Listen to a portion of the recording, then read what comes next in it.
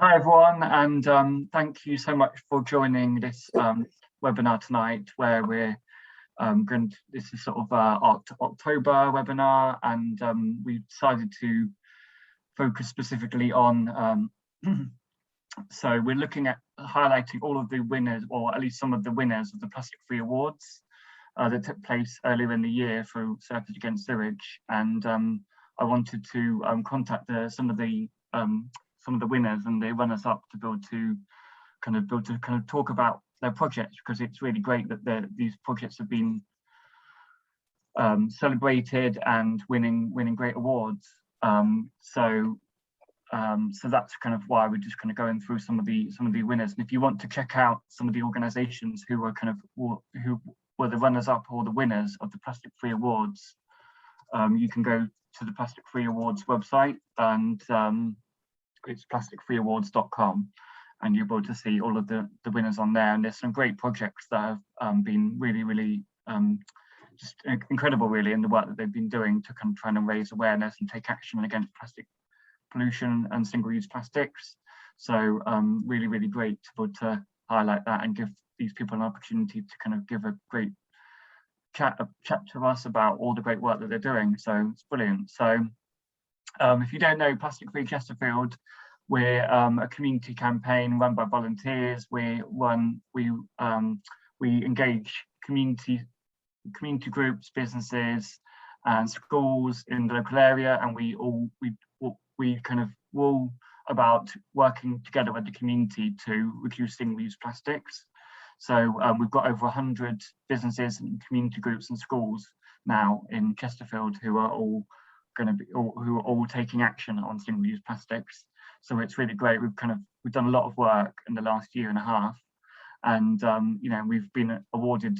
We've won our own award with the accreditation, Plastic Free accreditation, and we also won an award last month from the local radio station Elastic FM, so for Best Climate Change Initiative. So it's really great to be kind of recognised for all the great work that we're doing as volunteers to be able to try and make a difference to reduce single-use plastics in Chesterfield. And so, you know, there's lots of all other plastic-free groups all over the country who are doing exactly what we're doing, and it's great to be able to celebrate all of the great work that they're doing as well. So yeah, so I'll kind of pass over to Rich now. So he will be giving a short talk about all of the work that the Ghost Fishing UK does, and he'll be able to explain all about exactly what they do and why they're just doing such incredible work, and why they've won this specific Best Plastic Campaign Award at the Plastic Free Awards. So I'll hand over to Rich. There we go. Okay. Thank you very much, Greg. Thank you for the invite to come and speak to your group. I'm aware of all the plastic free groups up and down the country, but you're the first one to contact us to give a talk. So thank you for the invitation. It's a pleasure to be here, and thank you for everyone that's come for taking time out of your busy schedules to listen to me witter on about my project. So let me start sharing my screen and we can get to it really. All right, is that sharing properly? Yep. All right, perfect. So my name is Rich Walker, and I'm the chairman of Ghost Fishing UK. And what I'm going to talk to you about tonight is basically what ghost fishing is, what the Ghost Fishing project is all about, and a little bit of the history and the kind of work that we get involved with up and down the country, actually. So I should be talking for something like half an hour to 40 minutes. And then I'm quite happy to sit and answer questions for 15, 20 minutes after that. So probably looking at a total run time of about an hour. If you do want to pop questions into the chat window as they kind of pop into your head, that's probably the easiest way to do it. And then I can either pick them up at the end, or if they're kind of right in my flow and they kind of can be answered immediately, I'll do so if I see it pop up. But for sure, pop them in the chat, or just hold on to your questions till the end and we'll deal with them as and when. So without further ado, this is Ghost Fishing UK. So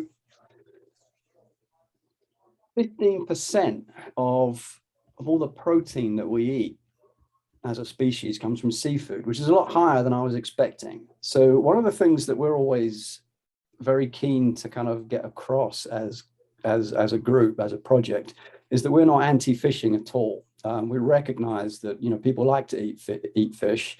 It is a good source of food for many people all around the world. For some people, it's their only source of kind of protein. So we kind of recognize that there can be good sustainable fishing done, and we want very much to work alongside the fishing industry to help that process and to kind of make fishing more sustainable and basically a more sensible approach than it can be sometimes. Now, the problem with going fishing is basically when you go to sea, things get lost. It's an extremely harsh environment. I don't know if you've seen The Perfect Storm, but it's a great movie. It's perhaps a bit over-egged, but at the end of the day, you're working in an extremely difficult environment, and fishing nets, shellfish pots, things like that do get lost. And I'd like to kind of share my belief really that the vast majority of fishing nets and fishing gear are not lost indiscriminately. They're not thrown away. They're not randomly gotten rid of.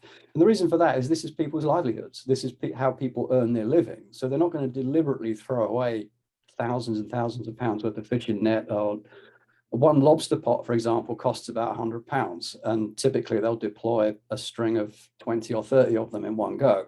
So to lose a whole line of lobster pots is a very expensive day out. So what I'm trying to get across is that the kind of image that certain groups will try and portray about the fishing industry as this evil kind of organization that goes around deliberately polluting the oceans is just not one that we support, and we much prefer to work alongside the fishing industry to find a solution.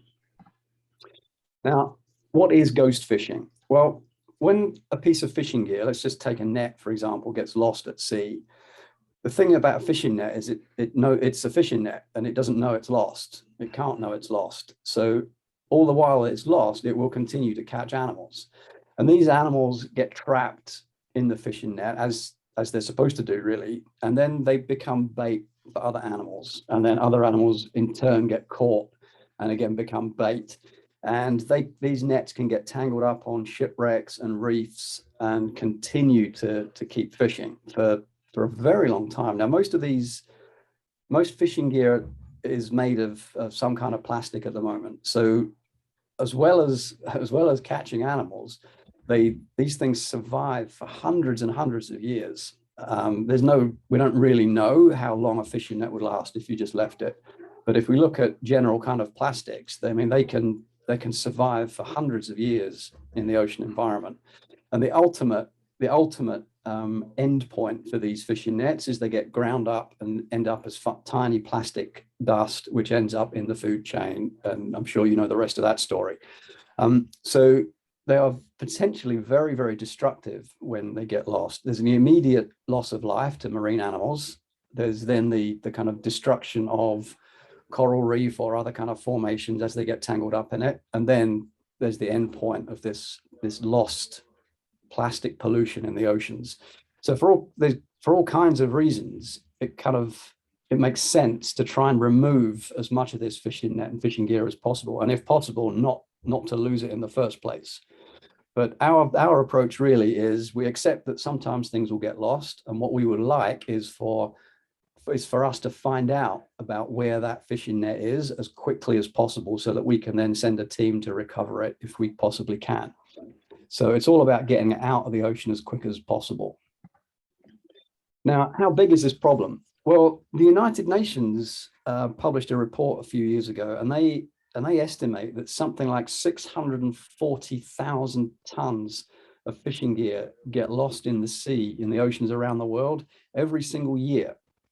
That's 640,000 tons every year. I can't visualize what that looks like. And I've tried, and I'm going to try and help you visualize what that kind of amount looks like. Now, these are typical kind of 1 meter cubed dumpy bags. You get them from Jewson's when you buy building sand and things like that. So they're about 1 meter cubed. And if we go out and we recover some fishing net, when we fill one of those bags up, it weighs about 100 kilos. So you can see 1, 2, 3, 4, 5, 10, 30 or so bags there. Okay, so you've got 3 tons right there. But we're looking for 640,000 tons every year. So you're starting to get an idea of the scale we've got here. But basically that turns into 6.4 million of those bags every single year goes into the ocean. It's like this unstoppable kind of tide, if you excuse the phrase, of fishing gear that's getting lost at sea. So I tried to kind of conceptualize that and put it into something we kind of maybe a bit more familiar with. Now, I grew up in East London, so I'm very familiar with the London Underground, and it's got something like 200 kilometers of tunnels in it. And has everybody been on a tube train and been in the tunnels? Yeah, or you have some kind of concept of how big they are. Well, basically, we can put 2 million bags of fishing gear into those tunnels, okay, 3 times a year. So basically, we can fill up the entire London Underground 3 times a year with lost fishing net. That's how much is getting lost. And even then, I'm still struggling. I'm still struggling to kind of visualize how much that would be, because I've been up and down just about every tube line in London, and it's huge. It's just a monstrous kind of network. And to imagine it full of fishing gear, I know what 10 bags of fishing gear looks like, and to have that full of fishing gear 3 times a year is a spectacular amount of lost fishing gear. And if you think that all that fishing gear, at least for a while anyway, is catching animals and then will ultimately get turned into plastic dust sitting on the seabed for however long, we just don't know. That's really kind of the scale of the problem. So who are we and what do we do? Well, we are Ghost Fishing UK, and we are all amateur, recreational, whatever you want to call it, scuba divers. We dive because we like to see things underwater, be that shipwrecks, be it animals, be it coral reefs, caves, whatever. We're all passionate about going diving to see a very unique piece of the planet, really. Not many people have the opportunity to see what we see. But ever since the first time I ever went scuba diving in the sea, I remember seeing lost fishing gear. It's everywhere. And after a while, I noticed that what I was doing was filtering it out, and I didn't see it anymore. I returned to looking at the shipwrecks or looking at the animals, because that was what I was there to do, and the fishing net was just a thing in the way. Back in 2014, I think, I met a team that were out there recovering fishing nets. And this was when I was working out in Croatia, and they invited me to join a project, which I did for a week, and I had such a good time. And it felt so good to kind of remove this rubbish from the sea that I decided to set the project up in the UK. We're now a registered charity, and we have something like 50 to 60 members of our group, ranging from the kind of from Cornwall right up to Scotland. And we have activities up and down the country. Even in the last 2 years, we've managed to have a healthy amount of diving and recovering of lost fishing gear. So that's kind of a very simple kind of overview of who we are and what we do. We're scuba divers, and we go out and we recover this fishing gear back to the surface again. Now, scuba divers, as I kind of mentioned, they have a very unique set of skills, and they have basically an ability to see what's beneath the surface of the water. Most land-dwelling people wonder what's beneath that surface, but they don't know unless they get shown. So our kind of responsibility, is the way most of us look at it, is that because we get to see what's underneath the surface of the sea, we need to tell people about it, which is what we're doing now. And to be quite honest, we need to do something about it, because if we don't, nobody else will. There's nobody else that has the capability to go beneath the surface of the sea and to bring fishing nets back to the surface again. There's no machine that will do it. There's no commercial outfit that will do it, because the price would be just, frankly, quite horrific. So we have a responsibility to educate people about what's going on, and actually to do something about it where we can. So what we do is we go down, we go underwater, we find the fishing nets, we survey the fishing nets, we basically count as many of the animals that are alive or dead caught in these nets as we can. We release the ones that we can that are still alive, and then we bring the net back to the surface, or the lobster pot, or whatever kind of fishing gear it is. And then we make every attempt to recycle that gear, which we can talk about later. Now, the toolkit that we use is not the tools of your everyday scuba diver. We carry a lot more equipment, and it really is quite specialized. Our most kind of distinctive tool are these big orange and pink bags that you see. And these are basically sealed, we call them lifting bags, and they're sealed empty bags, which we attach to the fishing net, and then we inflate it with air, which makes it very, very buoyant and starts to lift the net to the surface. But generally, when we find nets, they are wrapped up in a wreck or a reef or something like that. So we need to start cutting the net free from that structure. So we carry big sharp knives as well, and they're much bigger than your normal diver's knife. So you can see kind of what goes on here. You're dealing with lifting bags that can drag hundreds of kilos of weight to the surface. We're using very, very sharp knives. And as soon as you start to work with this stuff underwater, you can see what happens to the visibility. It starts to get very dark, very murky, and you can't see what's going on.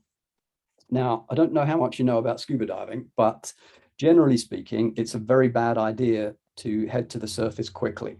You should always come up very, very slowly. So the absolute last thing you want to do is to be dragged to the surface by one of your lifting bags or tangled up in a net. The thing about net is it doesn't know it's only supposed to catch fish. It will quite happily catch divers and anything else as well. Nets are generally pretty stupid. They don't know what they're supposed to do, but they just keep on catching things. That's what they do. The second thing is every recreational scuba diver that I know, when they see fishing net, they turn around and swim the other way because it's a very dangerous thing. You are fundamentally under the water with a finite gas supply, which is why most people think that what we do is absolutely insane. So, you know, we are going into a very hazardous area. And the kind of final point, our final specialized technique is exemplary teamwork. We have one person that will work with the lifting bags and the knife. The second person is watching very, very closely that active diver is not getting tangled up in anything. And then we have a third diver, which watches the second diver and the whole kind of big picture, if you like. So we have one active diver, one spotter, and one kind of wide angle view on the whole operation. And these three divers are in constant communication. We've got communication systems that allow us to work in zero visibility with a touch contact. We can use signaling lights, we can use hand signals, but ultimately the team is what makes this actually possible. To do this kind of on your own would just be a very, very hazardous activity. So basically the way it works is, I mean, when I wrote this talk, we were running projects approximately every month. This was kind of pre-lockdown. We've actually, even during this year, we've managed at least a project every month, but we've been a bit different this year. We've been far more kind of reactive. We've got lots more reports in from scuba divers and from the fishing industry as well. And we've had to scramble at very short notice. So our goal is to run a project every month. But this year it's been far more dynamic, and we've been pulling teams together with 5 days notice and things like that. So it's been a funny old year for all kinds of things, really.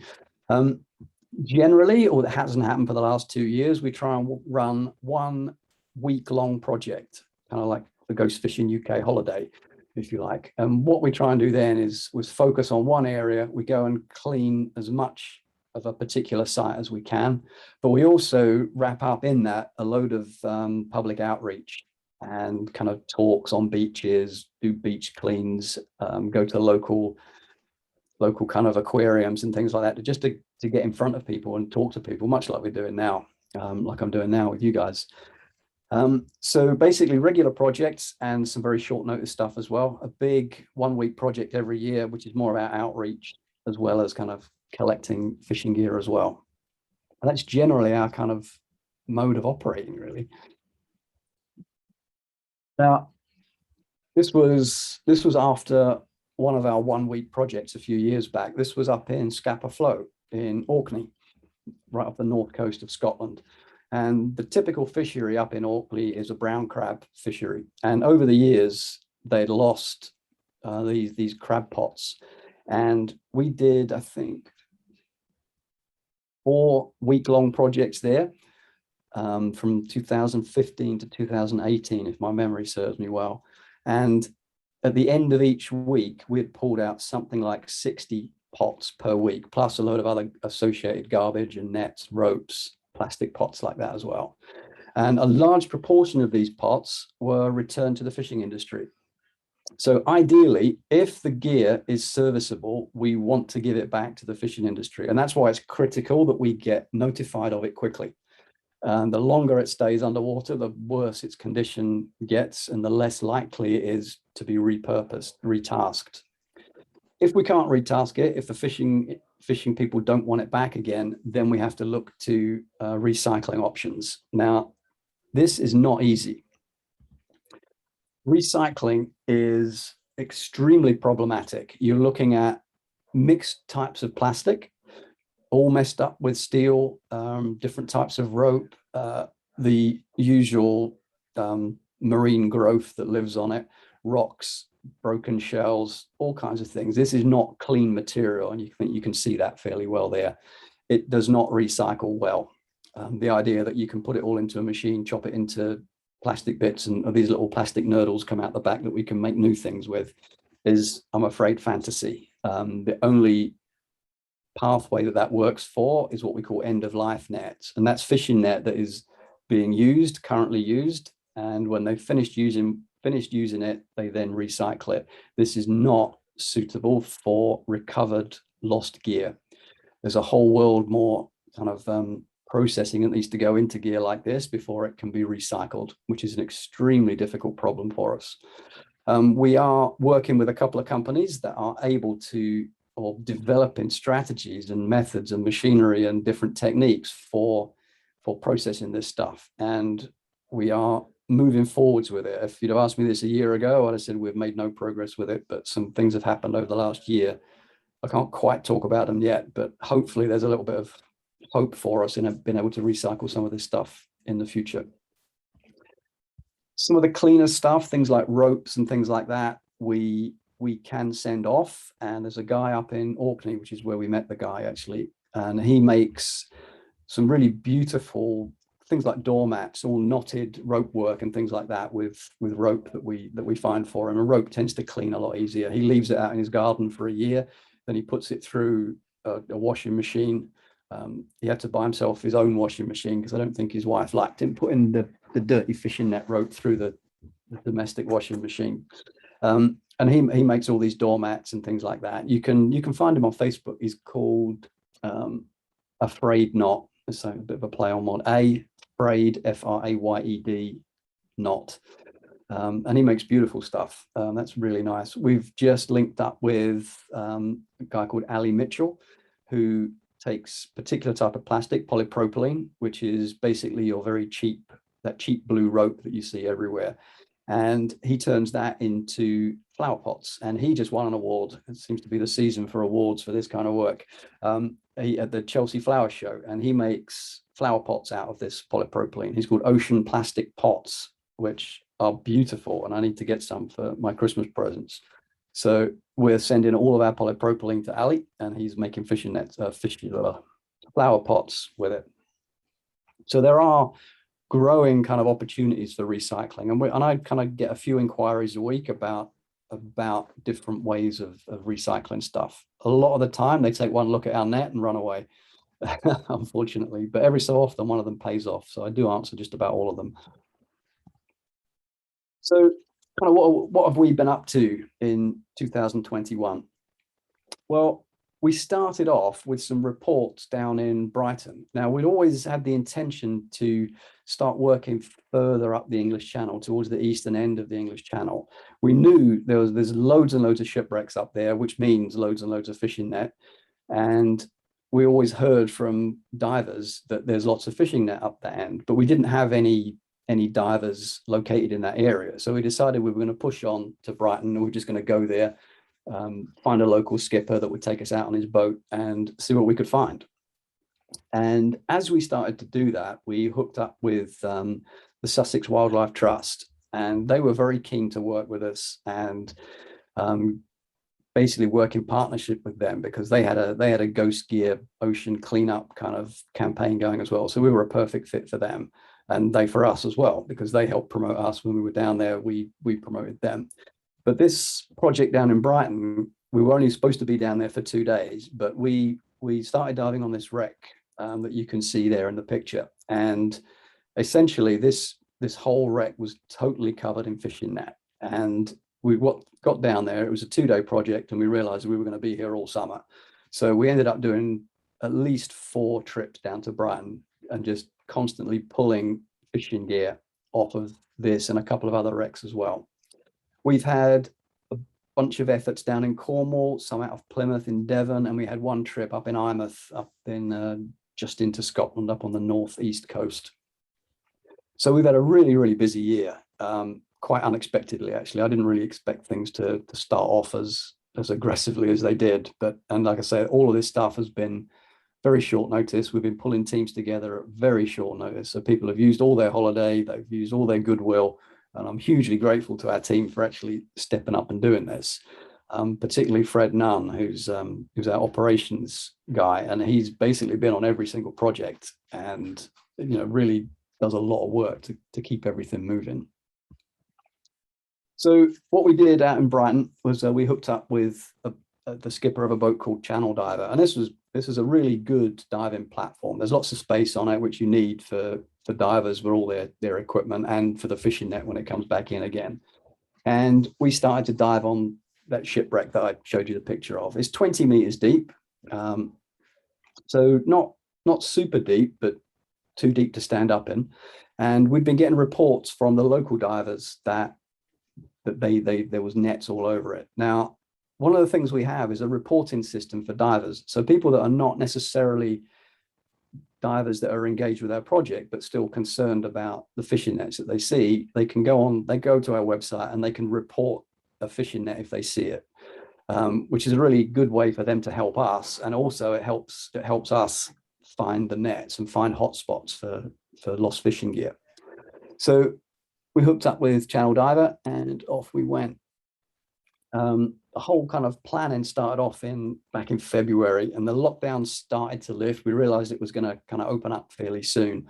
But the one problem we had was normally a dive boat will take 12 divers, but with the government restrictions, I think we were limited to something like six or 7 on the boat, which is a pretty lightweight team, to be honest. We like 8 or 9 people in a dive team. We prefer 12, to be honest, but then there's not enough room for the nets on the boat when we bring them back up again. The whole thing had to be done under COVID protocols with adequate social distancing on the boat, everybody wearing masks. And masks on a dive boat really are a pain because there's sea spray coming over everywhere. They get wet quickly. When you're working hard trying to pull nets around the deck to move them around, the mask thing is a real pain. And we started off with 7 divers, which was just about enough. It was very hard work, but we got the job done in the end. Basically, the way a typical project works is we generally allocate 2 days to it. And the first day is always survey day. And what we do on survey day is we jump in and we find the lost gear. So we'll swim around on the wreck, we'll draw a sketch of the whole wreck layout. We will highlight hotspots of where the biggest lumps of net are. We will kind of make an evaluation of how difficult they're going to be to pull out and come up with kind of strategies of how we're going to remove that net. We will count the animals that we find. And like I say, if there's anything living in there, we will free it at that point. If it's dead, we just want the data. One of the things that's really important, I think, is that we collect data on what we find. If at some point, government will need to make some kind of legislation about this. And unless we have quantitative data about the scale of the problem, then they're unlikely to listen to just a bunch of amateurs like us, even though we're the only ones doing it. But that's another problem. All right. So unless we can present kind of solid scientific data that says a fishing net on a typical day has this many caught animals in it, this many live, this many dead, this type of animal, I think we're missing an opportunity to kind of reinforce any case we may need to make in the future. Now, when all this data comes back to the surface, we'll then sit down after the dives and we will basically build a plan about how we're going to recover the net with the team that we've got and so on. So we draw up team rosters, we work out which teams of 3 that we've got, we work out how exactly it's going to work, whether we're going to all dive at once, whether we're going to dive in phases, whether we expect to get all of the net out or whether we're just going to focus on one particular area. And that generally takes us the best part of the evening. And this is what we found on the wreck of the Pentridge, it was called. So what you can see there, can you see my cursor there? Yeah, all right, good. So what you see here, these kind of curved structures here with the rings around, and these are rollers off of a trawl net. And basically, as you go back into here, you can see the back end of the trawl here. So this is the net that would have caught the fish. And basically what it's done is it's snagged the wreck. They've been trawling along and they've caught the wreck. So that then gets all tangled up in the wreck. And then what you have is the tidal action. Basically, every 6 hours, the tide changes direction and drags it back one way. And then it switches around and drags it back the other way again. And over the process of time, that effectively knots it into the wreck. So it isn't a case of just picking it up and lifting it. You have to apply tension to it with the lifting bags. You then have to start slicing it out at key points. So it's a huge job to get this stuff out. You can see how it's all balled up and tangled up there. So it's a huge, heavy, dirty mass of stuff that's stuck on the seabed and tangled up in wrecks as well. And we have to be really careful with the wrecks as well, because when we first got licenses to do all this work from the Marine Management Organization, we had to have all of our method statements approved by, amongst others, Natural England and Historic England. And our method statements mean that we're not allowed to damage the shipwreck, okay, which is fair enough. It's a piece of archaeology, and we're not allowed to damage any habitat. So how we get this out without damaging habitat or damaging any archaeological kind of sites is extremely difficult. We can't just drag it to the surface and anything else that happens to come with it. So it's very much a precision operation to get this stuff out. It doesn't always seem like it, but because when the net goes, it really goes. But basically, we have to snip it out of the wreck, which is hugely time consuming. And you basically, down in Brighton, you've got something like 30 minutes of working time before the tide has switched around again and it becomes unmanageable to just sit in the water and work anymore, because the tide is just trying to drag you away somewhere. So we've got to build our plans that basically allow us to get as much out in one 30-minute event that we can. So what we found on this wreck was there was a huge net wrapped all around the engine of the wreck, and at various different points there were smaller fragments of net wrapped around the rudder and other kind of structures on the ship. There were lots of pots, lobster pots, and then we had a big monofilament gill net right up on the bow. So we've got at least 3 different types of fishing gear. We've got gill net on the bow, we've got lobster pots, and we've got trawl net as well. So it's not just one event. This is multiple lost fishing gear from different boats, from different points in time. And it's just, and every wreck to some extent around our coastline is not as bad as this one, but has some lost fishing gear on it. I would put that out there. I haven't been to every single wreck around the English coastline and the British coastline, but basically every wreck I've ever been on has got some evidence of lost fishing gear on it. So what we did on this particular project was we put 2 teams together. We had one to recover the gill net. The gill net is generally very light. It's simple to cut. It doesn't weigh much, and you can put a few lifting bags on it and it cuts quite easily. The other team went off to the engine net, the big trawl net. And basically the techniques for lifting them are similar, but one's a lot easier than the other. The gill net, you can kind of roll up into a ball, stick some ropes around it, and then it's a fairly simple method just to run a knife along and chop the bottom of it off. Because it's monofilament, it's probably less than 1 millimeter strand diameters. Now the trawl nets are much, much bigger and heavier. You're probably looking at rope sizes that can be anything from the thickness of your little finger up to 1.5 inch pulling ropes. And sometimes inside those ropes, there is steel cable as well. So it's a complete mess for lifting this stuff up. Another thing we always do underwater is to shoot video and photography. We need to bring evidence back for putting into talks and things like that for this kind of event, basically so we can document everything that we do as well. And then we also need teams on the surface, how we go about recovering this stuff back into the boat again. How does the boat approach it? Do we leave it floating on the surface until all 7 divers are back on the boat? Do we let the skipper pull it? Do we what? Generally speaking, we wait until all the divers are back on the boat again, so we have enough kind of muscle on the boat to pull this stuff back in again. But you can see kind of the technique that I've been talking about. You've got a lifting bag that we've attached in to a piece of fishing net here. We've got a diver down the bottom here who at some point will start to cut that net free of this structure of wreck. Now, it doesn't peel away and come away in one big lump. Generally, it comes away in, if you're lucky, kind of 15, 20 kilo lumps, and you have to do multiple shots at it. Sometimes you get lucky and you get a huge, great pile comes off in one go, but very rarely does it do that. Generally comes away in smaller lumps, which you have to snip out, basically. There's another view of it there. That's somebody injecting gas into the lifting bag.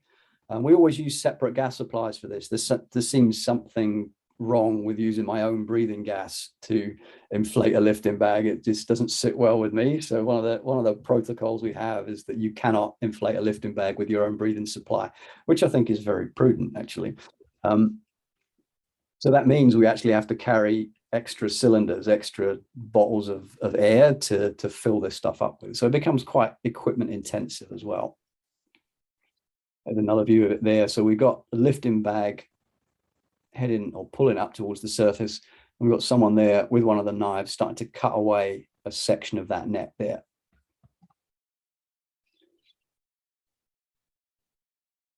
And this is kind of a view of kind of the diver's eye view, really, as the visibility starts to drop.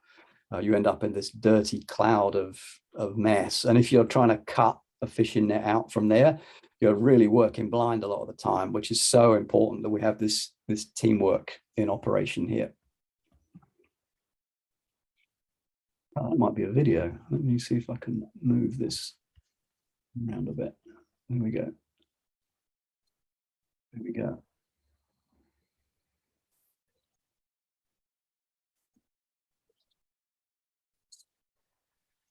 So what we got here is a big strand of net. It's got a lifting bag on the top, and that's kind of the last cut as it went to the surface. So perhaps not the most impressive bit of video I've ever shot, but come on. There we go. Another video.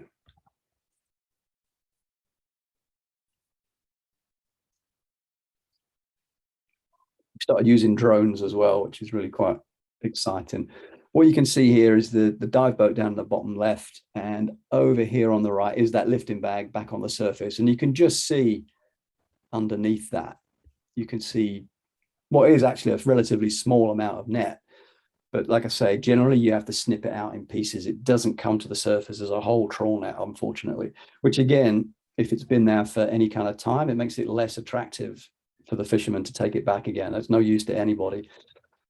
Down in Brighton, we have recently made contact with a local fisherman that actually wants all these scraps as well, because he's using them to repair his existing net, which I think is a really interesting kind of approach.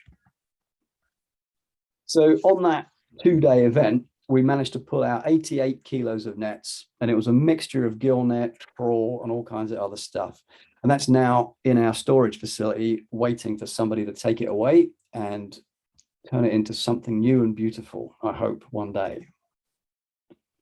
Now, basically, this kind of recce project that we did down to Brighton really grew legs. And I think I didn't do all of them by any means, but I think over the course of the summer, we probably did at least 6 two-day jobs down in Brighton. It's a huge expansion of our kind of range. It was a really successful series of projects, and there's still more down there. We for sure will be back next year. We're hoping to build up a local team of people that can kind of help us on the surface, maybe develop some local divers down there as well that can kind of save us driving from Cornwall, Somerset, and Glasgow to get there as well.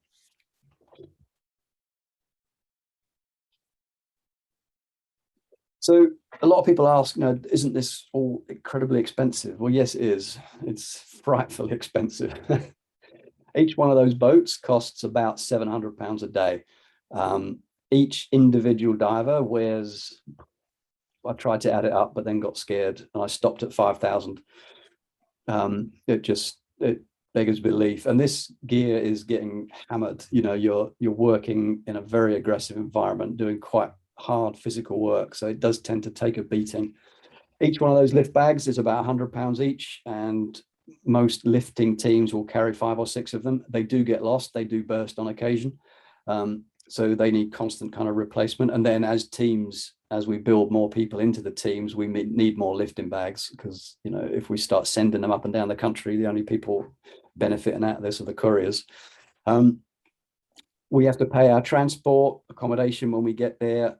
The breathing gas, it's not air. We don't breathe air. As a typical gas fill that we breathe when we're underwater will cost in the minimum of £20 per fill. And if we're there doing 4 dives in a 2-day project, that adds up to, just short of £100 worth of breathing gas for each diver. Shipping those nets, they've got to go into a transit van, which we need to hire on occasion, or a trailer or something like that, and driven to wherever our storage facility is this week, which is a closely guarded secret. Basically, the costs are really quite significant. Initially, we were all self-funded, but we have progressed over the last couple of years. We've had some fantastic sponsors in the past kind of 5-6 years. We've had people like World Animal Protection have sponsored us. All sorts of people have kind of pitched in. The general public are hugely generous with this project. Every time we're on TV, on local news, we get a kind of a flurry of funding, which is we're so grateful for it. We've had some funding from the Sea Life Trust that run the aquariums in London. They also run a place called the Seal Sanctuary, or the Cornish Seal Sanctuary, I think, down in Gweek in Cornwall, which if you're ever down in Cornwall, go to it. It's amazing. Basically, they all rescue seals, and they kind of keep them in ponds. They try and rehabilitate them and release them if they can, but they have some permanent residents like all of these places do. But the principal reason that they end up with these seals is actually they get tangled up in fishing gear. Okay, they get the seals, this kind of idea about seals like playing with balls. Well, they do. They also like playing with fishing floats, which are kind of round and ball shaped. So they go up to these things and start playing with them, and then they get tangled up in the ropes and the net. So they can get some quite horrible injuries. And basically the Seal Sanctuary patches them up and sets them going. But they're funded, and that's one of the projects of the Sea Life Trust, who are a brilliant organization. So people then often ask, well, how can we get involved? Well, there's multiple ways. If you're a diver, you can register as a diver, and we will endeavor to put you through our training program. All of our divers go through a training program, which was written by our secretary and my partner, Christine Grossart, and a fantastic job it is. We are all volunteers, so we are quite stretched in how many of these we can deliver every year, but we do try very hard. Report what you see if you're a diver. Now, we are trying at the moment to get people to come out and help on the boat. If you don't mind getting dirty and pulling fishing nets around, you will be very welcome. All right. If you know one end of a fish from another and you can count creatures, even if you can just say, if you could tell the difference between a fish and a crab, all right, you're in. All right. We will educate you further. All right. So physical manual labor is always welcome. All right. And, you know, we will be kind of working that side of it up over the next year for sure. We have a newsletter, which reminds me, it's due out, and I need to chase our newsletter author. Why isn't it out yet? You can give us money, obviously. the always begging point there. And follow our media. We're on Instagram, we're on Facebook, Twitter. Our media woman, Dolly, is quite a force of nature. I don't know how she does it, but she does it, and she does it amazingly well. We have a fantastic online social media presence, which is probably why we won the Plastic Free Award for Best Campaign. She does a sterling job, and we couldn't do what we do without her, to be perfectly honest. So do follow us on social media.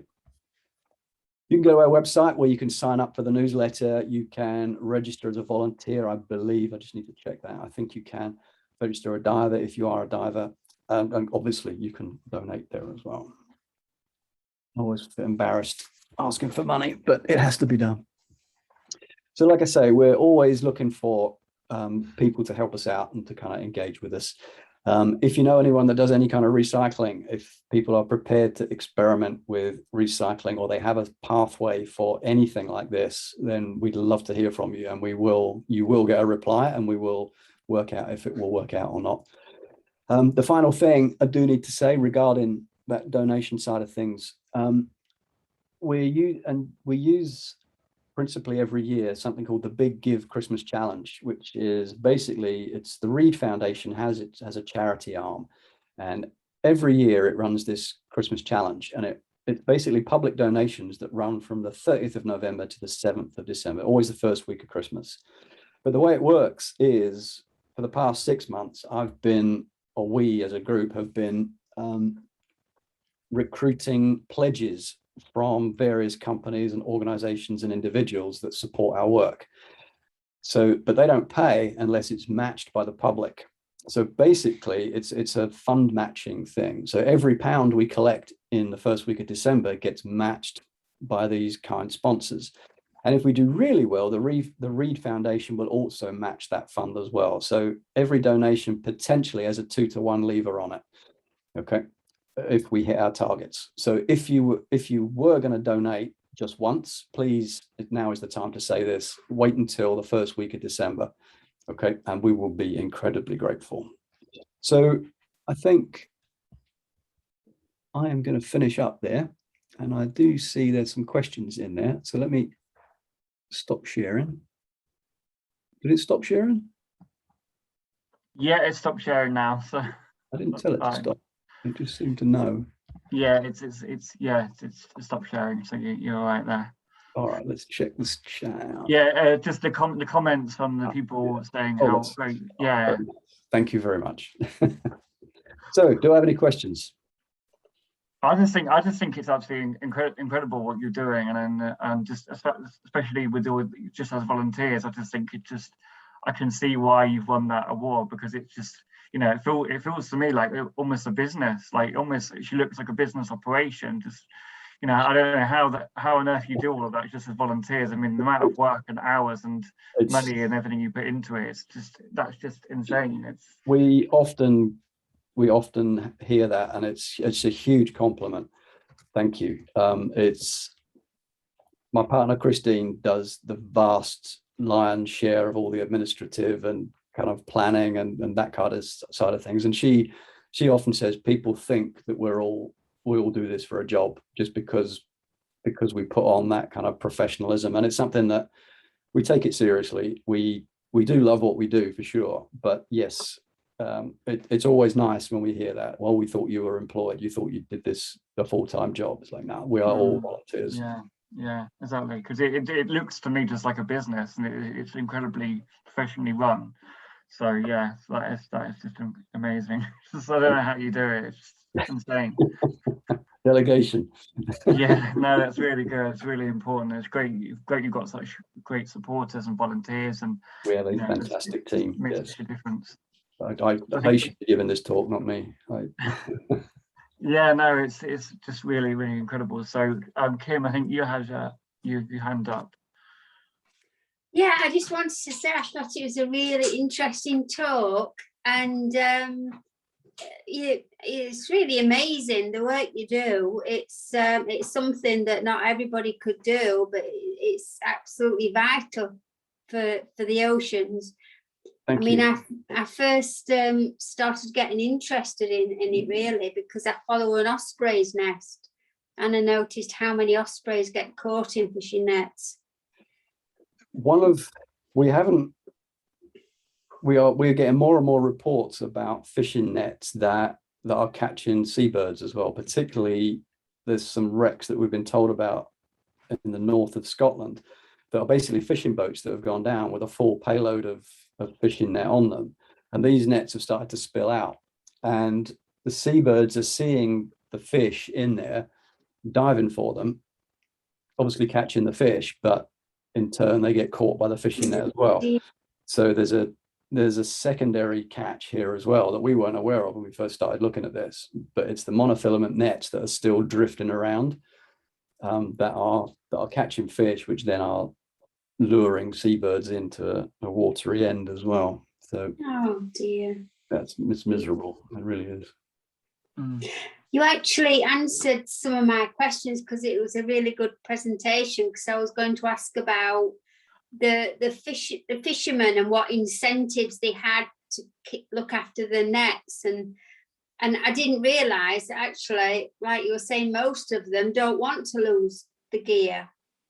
So that, you know, trade. They're expensive. You know, they don't want to lose this stuff. For the vast majority of the time, this is not a deliberate act. No, that's good, because I was thinking they were all evil and horrible for leaving the nets. The time we live in, that we're trying to categorize into what people as good or bad, right? And Yeah. it's not true. It doesn't work like that. Unfortunately, it isn't. Generally, most fishermen are hardworking, kind of generally concerned about the environment. You know, that's where they earn their living. Yeah. Well, thank you. It's really interesting. My pleasure. Yeah. And do you get a lot of requests come in, Rich, from you know, you were saying about divers kind of requesting on your website or whatever if they spot anything? Do you kind of get you getting quite a lot of requests coming in? We do, yes. It kind of it depends how much we promote it, right? If we're promoting and pushing it, then we get the reports in. If we get lazy with it, then we get less. So it's a constant effort. It's just constant reminding divers that they can report this stuff, and finding ways for the skippers that take them out to their dives to get them to remind them. And yeah, it's just constant reminding of people. Like everything these days, people's lives are busy and their brains get full with the last thing that they were told, and unless you are the last thing that they were told, they're going to do whatever the other thing was. So. Yeah, I mean, it kind of feels like never ending, doesn't it? Like, you know, there is no end to this at all, is there? That, you know, there will always be a need to do this kind of work, won't there? I mean, you know, you talked about kind of all of the, you know, visiting all of the shipwrecks around the country. But, yeah, you probably think, well, even if you did end up, it would still be more to do. I think ultimately 640,000 tons going in every year. That's what needs to stop. Not we don't need more divers. Well, we do need more divers, but ultimately we need to stop losing this stuff, and find ways of you know, if it does get lost, tell us quickly, because it's a lot easier to pull it out. Generally speaking, if we can get to it within a few days, it's just a case of unhooking it and taking it back to the surface. It doesn't need hours of chopping and pulling and all sorts. Yeah.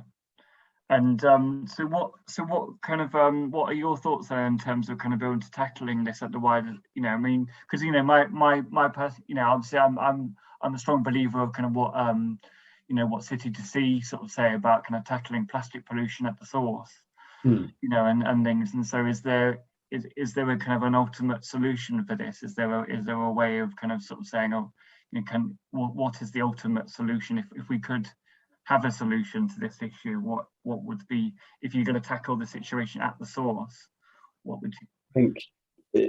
That's a thorny question, and thank you for asking it.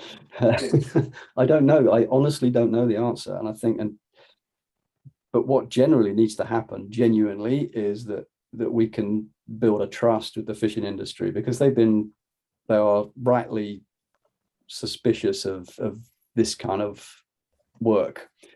You know, they've been maligned in the press. They've been told that they're the bad guy and all this, and they've been threatened with legislation, fines, punishment for losing gear.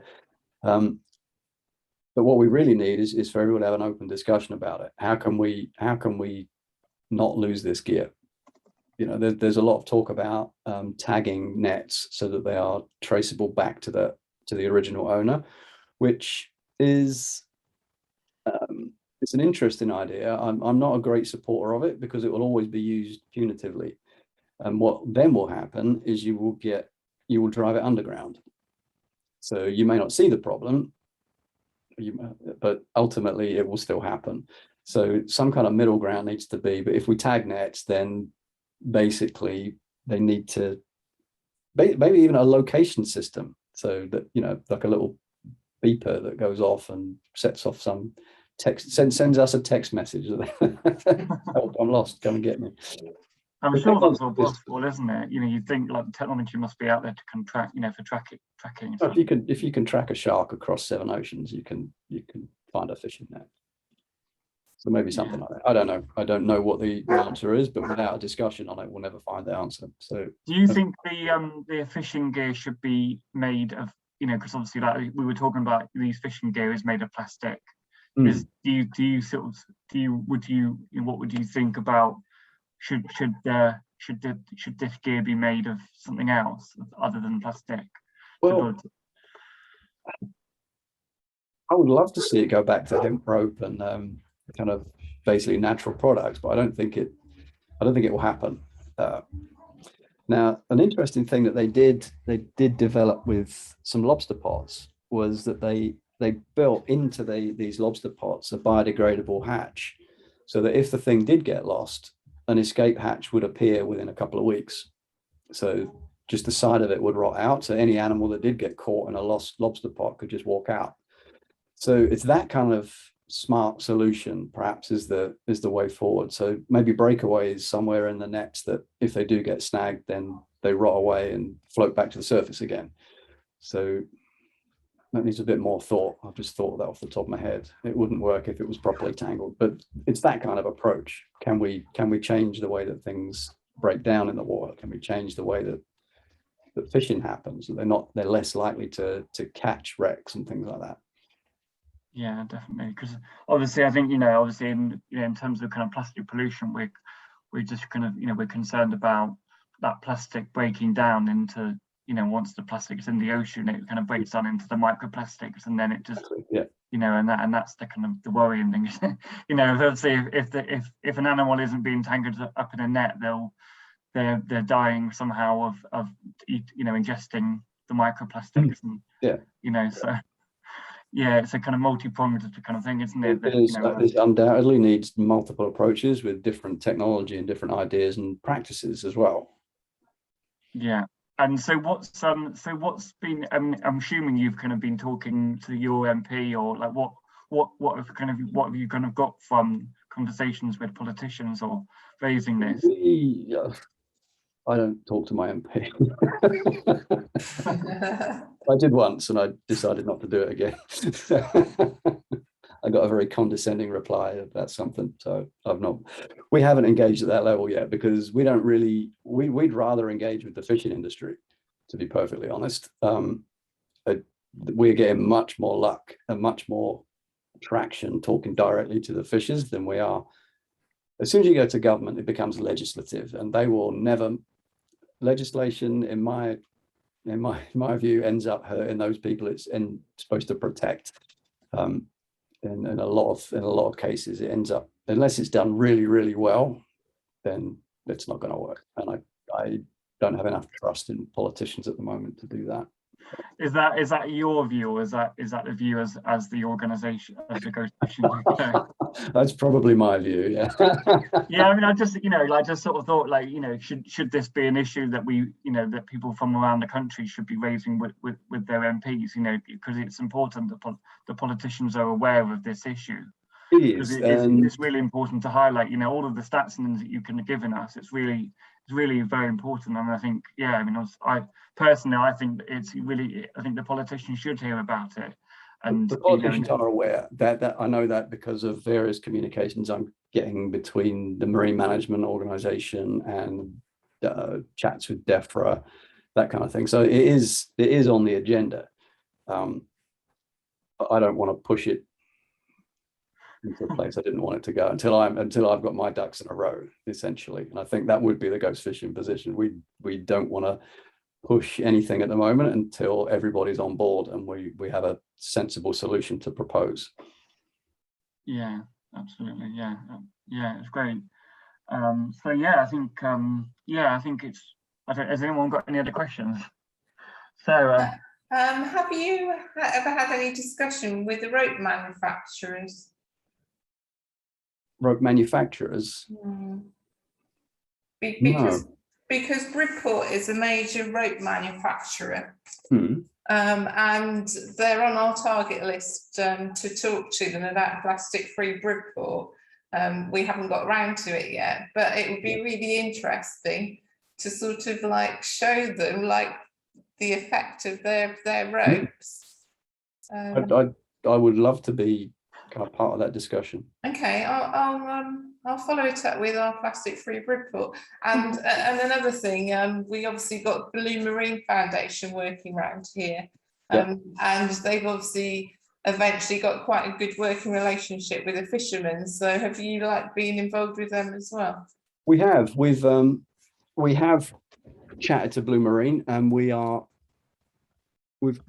I've just been asked for my email. Yes, we have chatted to them, and we've almost done some projects together in the past, I believe, but we haven't quite managed to get the planets to line up.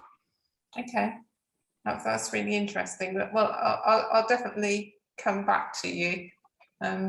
Yeah, please do. Here's my email. Yeah, excellent. Okay, that's great. Yeah, and I think I think it's great that you've been able to win this award, because it's just another way of highlighting what's going on and what's happening. And I think I personally think all of the plastic-free groups. I mean, there's 800 plastic-free community groups all over the country, and I think we need to kind of get the word out about it. I mean, obviously, I guess it would impact more those plastic-free groups who are on the coastline and things. And I think, yeah, it would be great, especially for all of those plastic-free community groups all over, on the coast, around the coast, to be aware of you and to what's going on, because I think there could be some really good opportunities there if they can maybe help recruit people to come out, like you say, sign up as a volunteer, kind of join as a diver, or come out on the boats, whatever. They're the people on the coastline. I guess it's a bit more difficult for places like Chesterfield, which is isn't being near the sea, but hopefully, I used to live in Sheffield, and I used to say that I was equidistant from every point, every piece of sea possible. So I was as close to all of the sea as anybody else.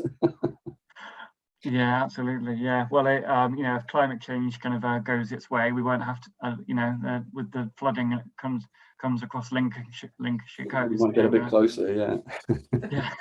The beach. Yeah.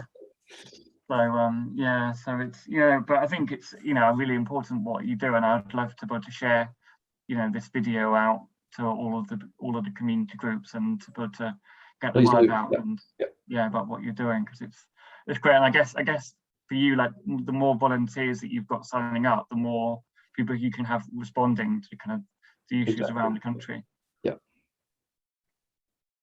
Yeah, because it must be, it must be kind of quite a challenge just to be able to kind of manage all of the teams that kind of go out. Like you said, if you can go out, if there's multiple teams going out across the country, then it's logistically interesting. Yes. Yeah, no, I admire that, and yeah, I think it's a real challenge. I was just thinking, you know, trying to pull those nets out of the ocean and things, you know, heavy nets onto the boats and stuff. That must just be a real challenge in itself, just trying to just pull those nets. It's hard work. In. It's hard work. Yeah. Yeah. Well, that's why we wait till everybody's back on the surface. We start pulling it before we start pulling everything. Yeah. Yeah. Yeah. Definitely. So, no, it's really great. And yeah. Did anyone else have any other questions at all? Graham or Mark or Megan? No. Yeah, I think I'm just I think it's great, and I think it's really great what you've done, and I'm really happy to have welcomed you to come and give a talk to us about this. Thank you. Really My pleasure. important.